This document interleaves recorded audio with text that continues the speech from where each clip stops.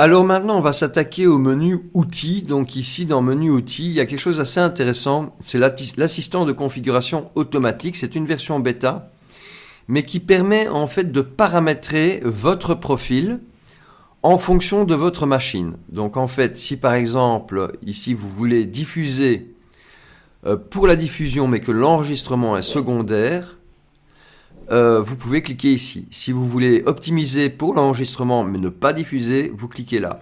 Et donc il va aller créer des paramètres idéaux pour votre machine. C'est en version bêta, mais globalement ça marche pas mal. Donc ici, disons qu'on veut on veut diffuser et éventuellement enregistrer. On va cliquer ceci. Donc il va baisser les qualités pour pouvoir les diffuser. Et on va faire suivant. Ensuite, il va demander la résolution de base du canevas. Donc, ce qu'on a, c'est la taille de notre écran. Donc, on garde ça. Donc, ça, ce sera adapté à votre écran. Et puis, on va demander ici ce qu'on veut comme image par seconde. Alors, on a le choix entre 60 ou 30. Donc, il va choisir 60 ou 30 et il va préférer 60 s'il y a moyen. 60 ou 30, mais préférer plutôt la haute résolution plutôt que le nombre d'images. Ou alors prendre 30 images, ou alors prendre 60 images. Donc moi, par exemple, dans ce cas-ci, je veux 30 images par seconde. Je fais suivant. Ils me disent vers qui vous voulez diffuser. Bon, disons que par exemple, je voudrais bien diffuser vers YouTube. Donc je choisis YouTube, et il va me demander une clé de stream. Donc si je clique sur lien, je vais tomber ici sur ma fenêtre où il me demande ici, je peux obtenir, donc l'URL du serveur il l'a puisque c'est YouTube, et il va me demander ici la clé de flux.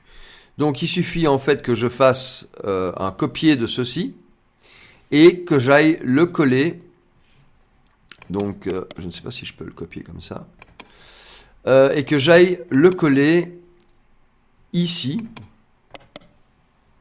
Paste. Pas dit. Ça me paraît beaucoup. Et il me demande le débit vidéo. Donc, par exemple, en 1080, il me faut au moins du 3000 mégas. Et je préfère l'encodage matériel, c'est-à-dire... je préfère que ce soit ma carte écran qui travaille plutôt que mon ordinateur. Je fais suivant. Et donc, il a déterminé tout ça. Et donc, il me dit, voilà, pour YouTube, à du 3000, etc., on va mettre cette configuration-là. On fait appliquer les paramètres. Et ici, tous ces paramètres ont été mis dans sortie. Le débit vidéo, vous vous souvenez, on a changé. La vidéo... on a mis, voilà, tiens, il m'a mis du 720, peut-être qu'il recommandait du 720. J'ai une mauvaise connexion, donc c'est fort possible, etc. Donc en fait, ça c'est le paramétrage automatique dans Outils. Alors, sous-titres, je n'ai jamais essayé. Sélecteur automatique de scène, c'est pour changer automatiquement de scène. S'il trouve une scène ou s'il ne trouve pas une scène. En fait, quand on passe ici d'une scène à une autre, en mode studio, on fait transition, est-ce qu'il va prendre cette scène-là ou celle d'en dessous, etc. Et donc, vous pouvez paramétrer ceci, mais honnêtement, ce n'est pas du tout quelque chose que j'utilise. Les minuteries de sortie, c'est pour dire, voilà, arrêtez le streaming dans autant de temps, autant de minutes, autant de secondes. Est-ce qu'il faut activer le minuteur à chaque stream? Donc si on veut faire un stream de juste 1 heure, on limite ici à 1 heure. Ou l'enregistrement, on limite l'enregistrement à un certain temps.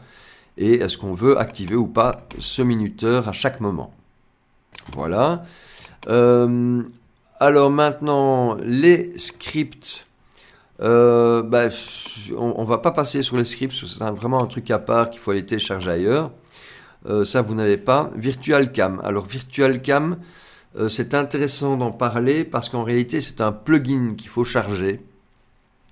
Je vais le détailler en détail, VirtualCam, mais ça vous permet en fait d'utiliser votre vidéo de sortie, donc ce qui est ici. On va passer là. Vous pouvez utiliser ceci comme une webcam, c'est-à-dire que vous pouvez envoyer ce flux vidéo-là à Skype, à Messenger, à Zoom, si vous voulez. Et donc, le flux vidéo qui est là, vous pouvez l'utiliser comme une webcam. Et voilà. C'est tout, on a fait le tour du menu outils.